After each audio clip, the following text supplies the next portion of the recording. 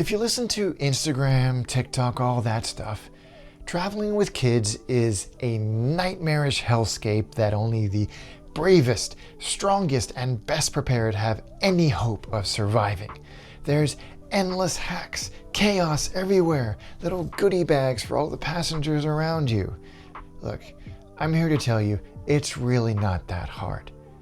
They're kids, not velociraptors. Actually, they're people, for God's sakes, admittedly smaller, louder, often stickier people, but they are people, and they're really not that hard to travel with compared to what social media likes to show you. How do I know? Well, I have at least 3 of them, and they've been traveling since they were infants. And actually, pro tip, that's the easiest part of their life to travel with because they just want to sleep all the time and they'll sleep anywhere.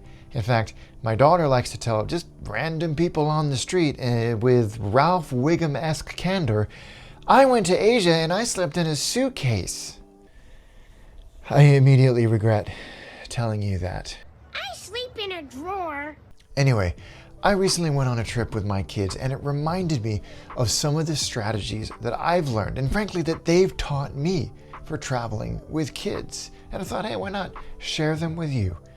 Some tricks, tips, philosophies, and hopefully they'll help you, and just as importantly them, not lose your collective minds. Thanks to Insta360 for sponsoring this episode.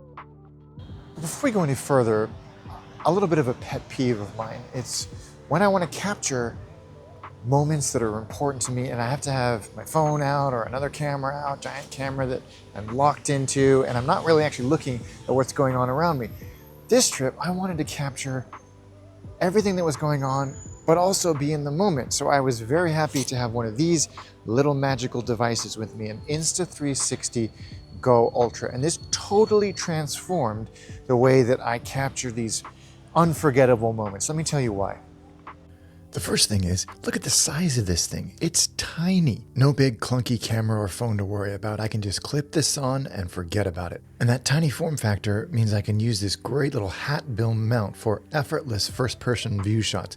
Great for kids' eye views of family activities. The stabilization on this thing is incredible. It can handle jet skis, water slides, you name it. And that's all being captured in beautiful 4K at 60 frames a second. The magnetic mounts make setting up for a quick PTC a breeze. And I can monitor using the really clever charging case with screen, so I've got less gear and more go. And of course, the battery life is fantastic. 70 minutes standalone and 200 minutes with the Action Pod. More than enough for all of our summer adventures. So if you're looking for a way to film life without stepping out of it, well, get yourself one of these. There's a link to get the Insta360 Go Ultra in the description below. But first, let's dunk on a few of those social media trends I've seen because that's just fun. The first and the most important one, you do not owe the rest of the airplane an apology. You're not handing out those little goodie bags with earplugs and candy just because you had the audacity to reproduce. Your job is not to keep 200 strangers happy. Your job is to get you and your family from point A to point B without losing your mind. So this is totally unnecessary, and if I'm being honest, a little bit psychotic. Now there is a big difference between doing everything you can to placate a tired, bored, hungry, hungover 3-year-old using every method that you can think of, and letting them run wild while you pop your AirPods in and watch Lord of the Rings. If you do that, you deserve the ire of everyone around you. But that's not what we're talking about. We're talking about how to keep them happy and occupied and satisfied in the most practical ways possible. All right, next. You do not need a suitcase full of toys. Pinterest might have you think otherwise, but in reality, kids don't need a new shiny toy every 10 minutes of the flight. Maybe 1, at most 2 new shiny things in your back pocket for that moment when everybody's patience has started to wear a little bit thin and all of the other distractions have worn out their novelty. But that's it. They don't need more than that. What they do need is snacks. More snacks than you can possibly imagine, because snacks aren't just snacks. They're distractions, they're entertainment, they're bribes, they're peace offerings.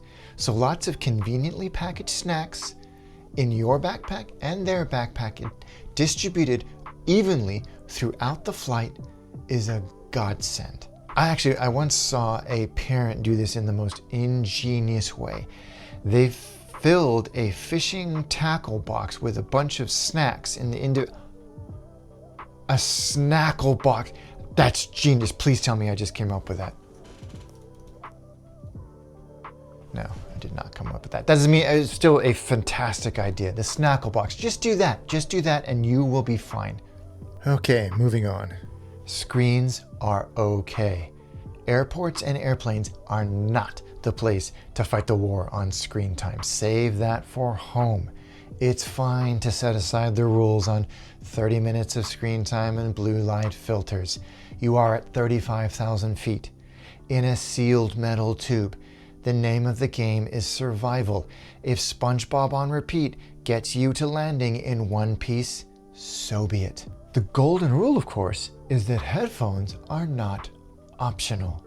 Do not be that parent that lets your kid listen to Peppa Pig at 1,000,000% volume for the entire flight. That is a war crime. In fact, pro tip, get your kid used to wearing headphones weeks before you take your trip. Try them out at home. Make it fun. So when you get on the airplane, you're not throwing yet another new thing at them. But make your kids wear headphones. Set your expectations really low. Things are not always going to go smoothly. In fact, they're never going to go smoothly. It's going to take you 6 hours to watch an in-flight movie because of all the interruptions. As soon as the seatbelt sign goes on for landing, you will hear, "Daddy, I need a wee." Things are going to get spilled. Plans aren't always going to go the way that you hope them will. And that's okay. Be okay with them not being okay, and you'll be just fine. But it's not always about damage control, about survival. Travel isn't something we do to kids, it's something that we do with them. So involve them. It's actually really helpful. When you get to airport security, explain to them what's happening next. Explain what's going to happen with the boarding process. Explain the situation with seat belts and landings and takeoffs and all that stuff. Why there's stuff he's got to go through X-ray. Give them that autonomy and that responsibility. Let them do it. Then you don't have to worry. I mean, I have to do this because there's 3 of them and 1 of me, and that's just, well, math. But kids like to know the process. They like to know what's going to happen next, and that helps them cope better, which makes your life easier. And I also think that extends to the whole vacation. Giving the kids a say in the itinerary, in the day's plans, makes them feel included. Are we going to go to the beach today, or are we going to hang out by the pool? Are we going to go on the water slides, or are we going to go jet skiing? They're far less likely to dig their heels in if they feel like they came up with the idea in the first place. And also, it will give you ideas and activities that maybe you'd never figured out on your own. On a recent trip I took with the kids to Vienna, I was trying to find an indoor activity that all 4 of us would enjoy. And I was starting to lose my mind a little bit when my eldest son, Luke, piped up and said, "What about the Museum of Military History?" Didn't know it existed, spent all day there. And related to that, try your best not to overschedule. We're on vacation, maybe the trip of a lifetime. So the temptation for us as adults is try and do everything humanly possible in the time that we have in the destination. But a kid's tolerance for wonder and frankly walking is less than ours. So build in some downtime. Sit in a town square. Feed the pigeons. Sit around in the warm weather wherever you might be and play a game of cards with each other, ideally something turbo competitive. They're going to remember that just as much as they're going to remember a museum. That nobody tells you. Traveling with kids isn't just possible. Many times, it's actually better. Yeah, I know it's louder and slower and messier and oftentimes harder. But in slowing you down, it actually makes you see things again. Kids notice details that you and I don't see anymore. The pattern on a tile, the smell of a market, the miracle of a plane lifting off the ground.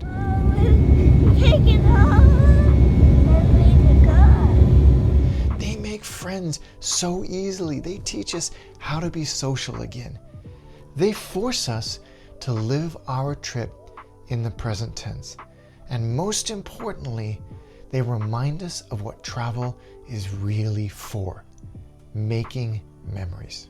So no, you do not need a PhD in logistics to travel with children. You do not need a viral TikTok strategy, and you do not need 50 color-coded Ziploc bags.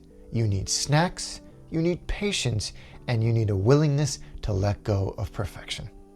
Traveling with kids is not a nightmare.